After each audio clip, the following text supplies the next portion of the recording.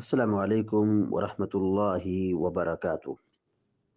الحمد لله رب العالمين والعاقبة للمتقين، والصلاة والسلام على أشرف الأنبياء والمرسلين نبينا محمد وعلى آله وصحبه أجمعين ومن تبعهم بإحسان إلى يوم الدين. أما بعد، فقال الله عز وجل: أعوذ بالله من الشيطان الرجيم.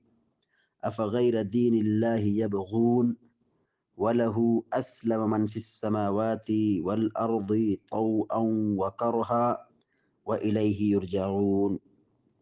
سورہ آل عمران کی آیت نمبر 83 ابھی آپ کے سامنے تلاوت کی گئی ہے۔ اللہ تبارک و تعالیٰ فرماتا ہے: افغیر دین اللہ یبغون، کیا یہ لوگ اللہ کے دین کے علاوہ کوئی دوسرا دین چاہتے ہیں؟ وَلَهُ أَسْلَمَ مَنْ فِي السَّمَاوَاتِ وَالْأَرْضِ طَوْعًا وَكَرْهًا، جبکہ زمین و آسمان کے سارے لوگ، زمین و آسمان کی ساری مخلوقات اللہ کے فرما بردار ہیں، طوعا و کرہا، خوشی سے اور ناخوشی سے، چاہتے ہوئے نہ چاہتے ہوئے، اپنی رضا سے یا بغیر رضا کے، سب اللہ رب العالمین کے سامنے گردن جھکا رکھیں۔ وَلَهُ أَسْلَمَ مَنْ فِي السَّمَاوَاتِ وَالْأَرْضِ طَوْعًا وَكَرْهًا، زمین و آسمان کی ساری مخلوقات اللہ کے فرما بردار ہیں، خوشی سے اور ناخوشی سے۔ وَإِلَيْهِ يُرْجَعُونَ،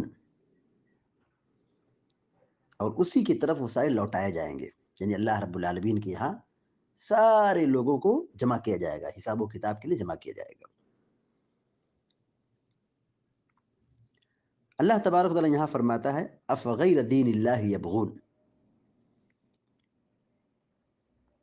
یہاں آ جو استعمال ہوا ہے، آ، یہ استفہام ہے۔ آ مانے کیا؟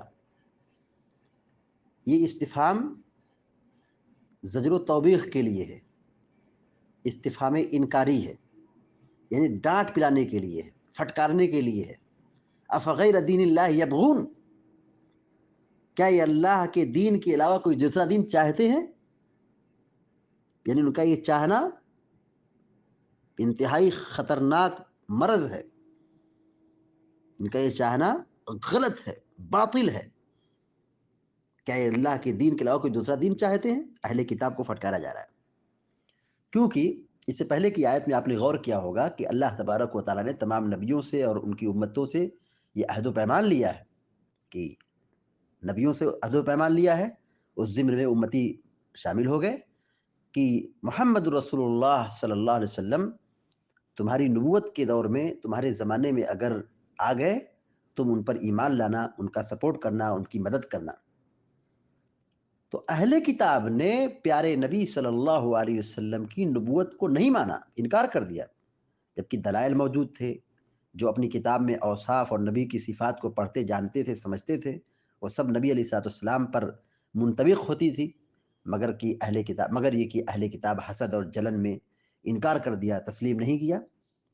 اللہ تبارک و تعالیٰ پھٹکار رہا ہے: افغیر دین اللہ یبغون، کیا تم اللہ کے علاوہ، اللہ کے دین کے علاوہ کوئی دوسرا دین چاہتے ہو؟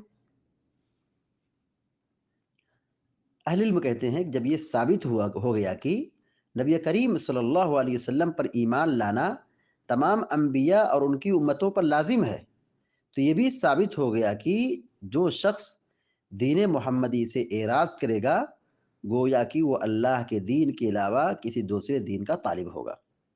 تو اللہ نے جو دین دیا ہے، محمد رسول اللہ صلی اللہ علیہ وسلم جو دین لے کر کے آئے ہیں، وہ دین برحق ہے، اس پر چلنے پر ہی سعادت اور کامیابی اور کامرانی ہے، اسی پر ہمیں جنت ملے گی، اسی راستے پر چلنے میں ہمیں دنیا و آخرت کی سعادت حاصل ہوگی۔ لیکن جو اس دین کو چھوڑ کر کے کوئی دوسرا دین تلاش کرے تو وہ برباد ہو جائے گا، ذلیل ہو جائے گا، گمراہ ہو جائے گا۔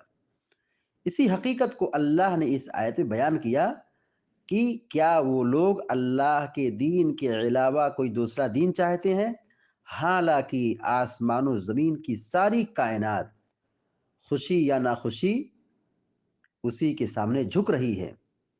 مومن دل و جان سے اور کافر اللہ کے قہر و جبروت کے نیچے آ کر کائنات کا ایک ذرہ بھی اس کی مخالفت نہیں کر سکتا ہے۔ شیخ سعدی رحمۃ اللہ علیہ اس آیت کی تفسیر میں بیان کرتے ہیں، افغیر دین اللہ یبغون وله اسلم من فی السماوات والارض طوعا وکرہا والیہ یرجعون، کیا یہ لوگ اللہ کے دین کے علاوہ کسی اور دین کے خواہش مند ہیں؟ یہ خواہش نہ درست ہے نہ مناسب ہے، اس لیے کہ اللہ کے دین سے بہتر کوئی دین نہیں ہے۔ اللہ نے فرمایا وَلَهُ أَسْلَمَ مَن فِي السَّمَاوَاتِ وَالْأَرْضِ طَوْعًا وَكَرْهًا، حالانکہ تمام آسمان والے اور سب زمین والے اللہ ہی کے فرما بردار ہیں، خوشی سے یا ناخوشی سے، یعنی تمام مخلوق اس کی محکوم ہے۔ ان میں سے بعض نے اپنی خوشی سے اللہ کی اطاعت قبول کر لی، وہ مومن ٹھہرے۔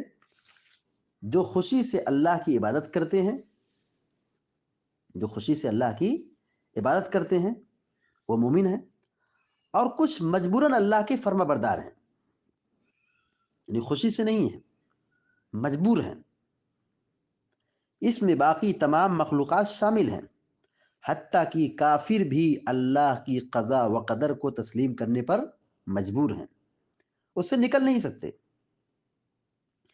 تمام مخلوق اسی کے پاس واپس جائے گی، وَإِلَيْهِ يُرْجَعُونَ، تمام مخلوق اسی کے پاس واپس جائے گی، تو اللہ ان کے درمیان فیصلہ کرے گا، انہیں جزا و سزا دے گا، اور تمام معاملہ اس کے فضل کا مظہر ہوگا یا اس کے عدل کا مظہر ہوگا۔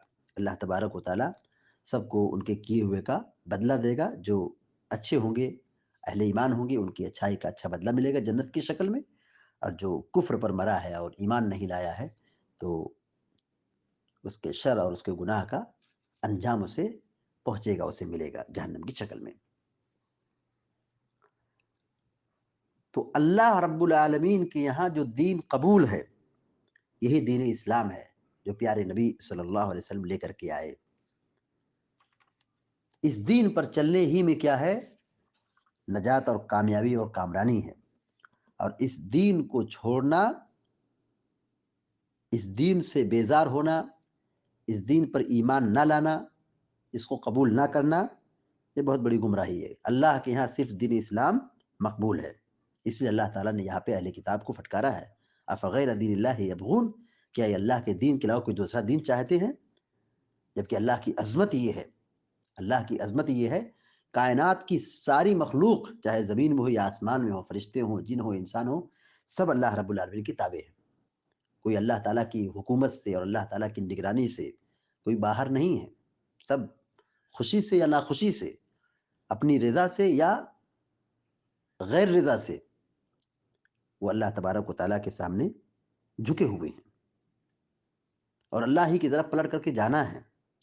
کائنات میں تصرف اللہ کا چل رہا ہے، اللہ خالق ہے، اللہ مالک ہے، کائنات کے نظام کو اللہ تعالیٰ چلا رہا ہے، وہی متصرف ہے، وہی معاملات کو الٹ پلٹ کرنے والا ہے، پھیرنے والا ہے، اور اسی کی طرف لوٹ کر کے جانا ہے۔